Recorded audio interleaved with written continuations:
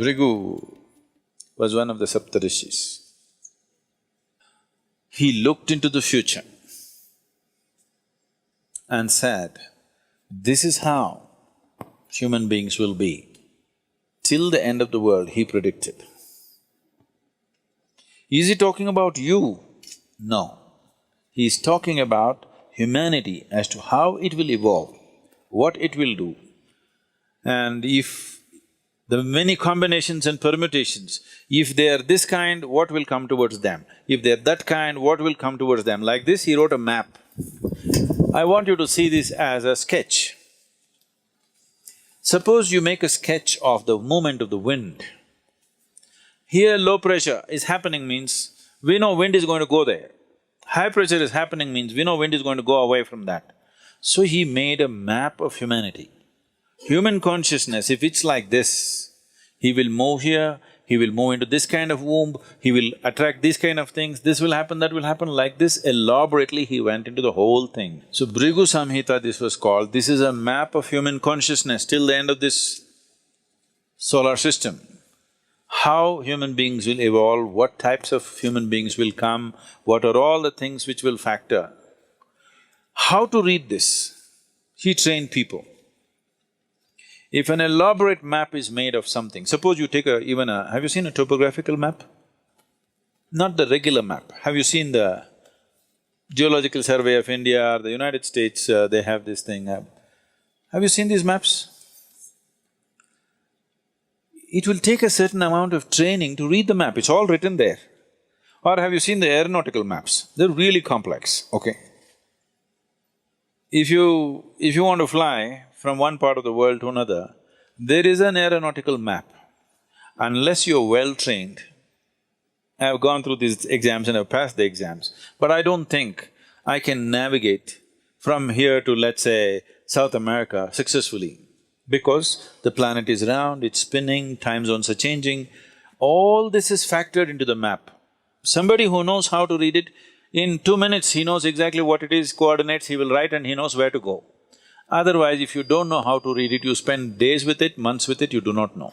So when he wrote this elaborate map of human consciousness, he trained people with a certain dimension of intuitiveness to read this, because this was not all logical stuff. So these people maintained this tradition and came, and it doesn't matter how skeptical you are, what you are, they will say things in your face which will make you feel like an idiot, okay? And it's true, unfortunately. You go sit there in front of Nadi Vaidya, first thing he'll shock you with is, as he said, he will tell you mother's name and father's name. You're finished, you're already floored. Because you've gone from somewhere. It doesn't matter.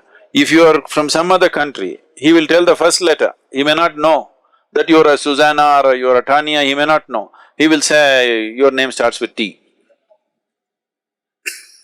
Just like that. Because he's not looking at your background or your future, nothing. He's just reading a map. By reading the map, he's saying, okay, this is the temperature, this is the elevation, this is that. But it's an intuitive map. Unless he's in a certain state, he cannot do that.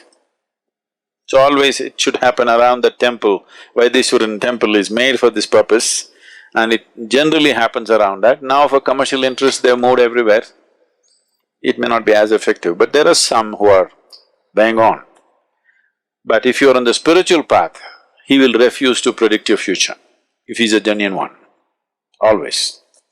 So if you go and if he tells your future, that means you're still not on.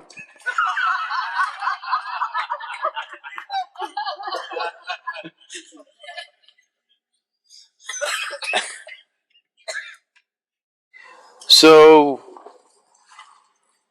is destiny fixed?